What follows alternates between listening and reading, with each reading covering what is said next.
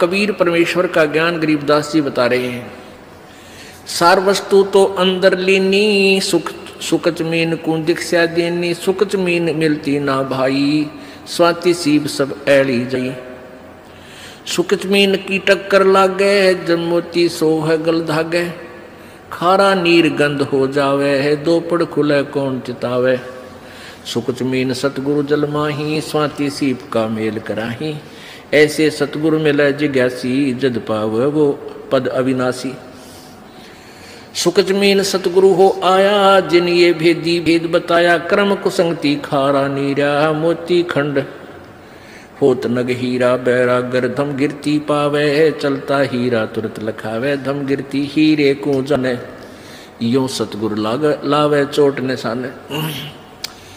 अभी आपको बताया था कि एक सीप होती है, और सीप जब उसमें मोती बनने की एक प्रेरणा बनती है तो वो ऊपर आ जाती है, उसको प्यास लगती है, वो समुद्र जल ग्रहण नहीं करती, वो समुद्र के ऊपरली सतह पर आ जाती है समुद्र के, और ऊपर से वर्षा जब हो रही होती है उस समय उसका मुंह खुल जाता है। जिस हो रही हो तो खुला हो तो उसमें वर्षा हो रही हो तो उसमें से वो बूंद ग्रहण करते, उसको स्वाति बूंद बोलते हैं, स्वाति। और उसको फिर वो मुंह बंद हो जाता है, उसके अंदर मोती बनना शुरू हो जाता है। मोती बनते बनते क्या होता है, फिर उसका दोबारा मुंह खुलना शुरू हो जाता है स्वाति सीप का, और उसके ऊपर एक मांस का एक पर्दा सा छा जाता है। मोती के स्वाति के न उस सीप के मुंह पे एक मांस का पर्दा सा, एक जैसे मकड़ी का जाड़ा देखा हो आपने, सफेद सफेद सा कपड़े जैसा होता है, ऐसा एक मांस का ऊपर कवर सा लग जाता है और अंदर वो मोती बन जाता है। अब मोती स्वाति भी मिल गई और सीप भी है। अब क्या बताते हैं कि जब वो मोती परिपक्व हो जाता है अंदर, तो उस सीप के अंदर से एक विशेष महक आनी शुरू होती है मांस की, पके हुए जैसे मांस की।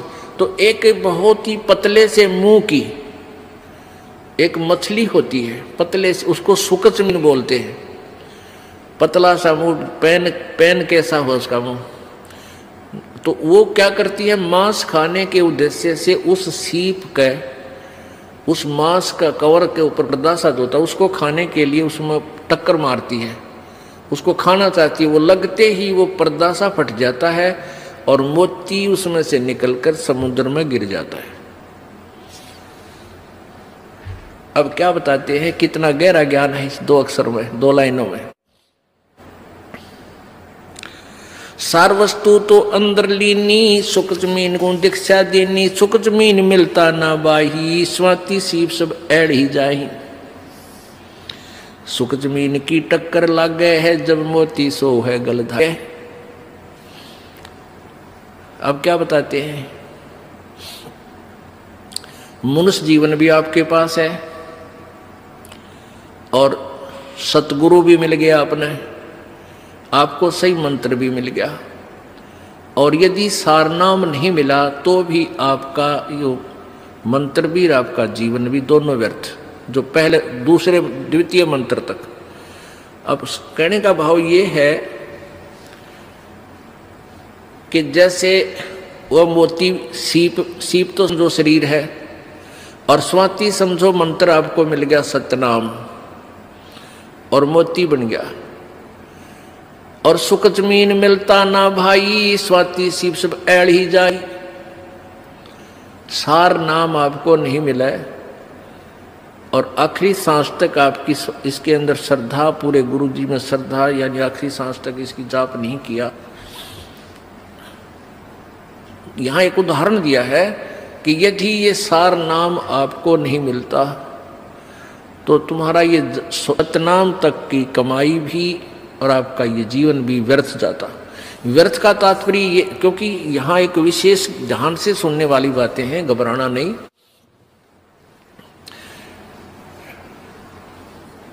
अब जैसे आपको सतनाम मिल गया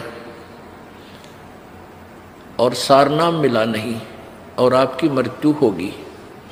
पहली बात तो ये है कि परमात्मा उस प्राणी की मृत्यु नहीं होने देगा। कबीर भगवान के हाथ में पूरी कलम है। जमजो राजा से डरे मिटे कर्म के लेख, अदली अदल कबीर हैं, असल कबीर हैं ये कुल के सतगुरु एक। ये नहीं आपके जीवन नहीं जाने देंगे, पूरा काम करके और तब आपको यहाँ से फारिग करेंगे। ये इनकी समर्थता है। और जो बकवाद करते हैं, नाम भी ले रहे हैं, सही ठिकाना यानी सही श्रद्धा से नहीं है, वो जा भी सकते हैं। वो फिर परमात्मा उनको पकड़ नहीं करता। भक्ति भी करते हैं, श्रद्धा ठीक नहीं है, पूरी नहीं बन पाई है तो मृत्यु भी हो जाएगी।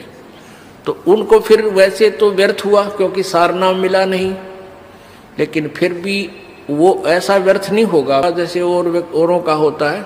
उन अन्य साधकों से चाहे 1000 वर्ष तक तपस्या और अन्य पूजाएं करके चले गए, उनसे भी आपका जो मंत्र की कमाई है वो असंख्य गुना घनी आपके पास है। न जाने कितने दिन स्वर्ग में रहोगे या कहीं और दूसरे लोकों में राजा बन जाओगे, तो ये व्यर्थ है गया, यानी जो उद्देश्य था वो पूरा हुआ नहीं। अब ये एक उदाहरण देना चाहते हैं आपको गहराई से समझाने के लिए। जिनको ये तीनों नाम प्राप्त हैं वो प्राणी के लिए ये चैप्टर आज चल रहा है। सुकच मीन मिलता ना भाई, स्वाति सीब सब ऐल ही जाई। सुकच मीन की टक्कर लागे, सुकच मीन मिलता ना भाई, स्वाति सीब सब ऐल ही जाई। सुकच मीन की टक्कर लागे है, जब मोती सो है गल दागे। अब सुकच मीन ने उस सीप के उस मांस के टुकड़े को खाने के उद्देश्य से टक्कर मारी, वो खड़क दे ही मोती नीचे निकल गया। तब वो मोती निकाला गया गोताखोरों के द्वारा और फिर उस मोती की कीमत हुई, फिर वो सीने पर आकर सुशोभित हुआ। परमात्मा हमें बताना चाहते हैं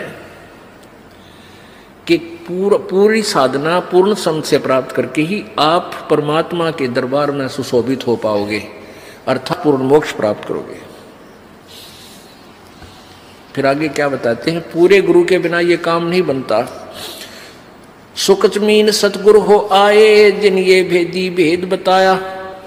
कर्म कुसंगति खारा नीरा, मोती खंड होत नग हीरा। बैरा गर्दम गिरती पावे, चलता हीरा तुरत लखावे। दम गिरती हीरे को जाने, न्यो सतगुरु लावे चोट निशाने। अब ये हीरा जो होता है ना, एक हीरा ये पत्थर में बन जाता है, पत्थर में होता है, पहाड़ में, और इसकी इतनी ताकत होती है इसमें, ये कुछ ऐसी गर्मी पाकर के वहाँ पहाड़ की, और ये पत्थर को फोड़ता उसके अंदर से चल चल चल करता हुआ चल पड़ता है, जिधर भी इसकी दिशा बन जाती है। तो पहले राजा लोगों के पास एक धम गिरती होते थे। धम गिरती वो क्या होती है, उनके अंदर एक ऐसी कॉमन सेंस होती है, ऐसी उनकी सुरती लगती थी, वो ध्यान से यानी अपनी ऐसी सुरती को पत्थर से पहाड़ पर दचा देते थे कि वो हर उस पत्थर की उस हीरे की दिशा को बता देते थे कि ये इधर को चल रहा है। अब जैसे उनके पास बैठ जाते पहाड़ के, और उस आवाज से अंदर हो रही आवाज बहुत गहरे, किसी को नहीं सुन रही वो बाहर, उसकी सुरती उससे कनेक्ट हो जाती, और वो फिर सुनता है ऐसे कान से लाकर कि वो इधर उसकी दिशा है, वो बता देता इधर आ रहा है, इस स्पीड से आ रहा है। तो आगे जाकर राजाओं से बता देते थे कि यहाँ एक खोद दो इसको गड्ढा, इस पहाड़ के बीच में या खुदाई करवा दो, ये वहाँ तक इस समय में पहुँच जाएगा। तो वहाँ जाकर के आगे उसको पत्थर को कटवा देते थे राजा लोग मजदूरों से फटाफट, और वो हीरा आता और उसके अंदर से आके, क्योंकि आगे रास्ता उसको मिलता नहीं, गड्ढे में खड़क दे ही निकल जाता, वो हीरा फिर राजा लोग प्राप्त कर लेते थे।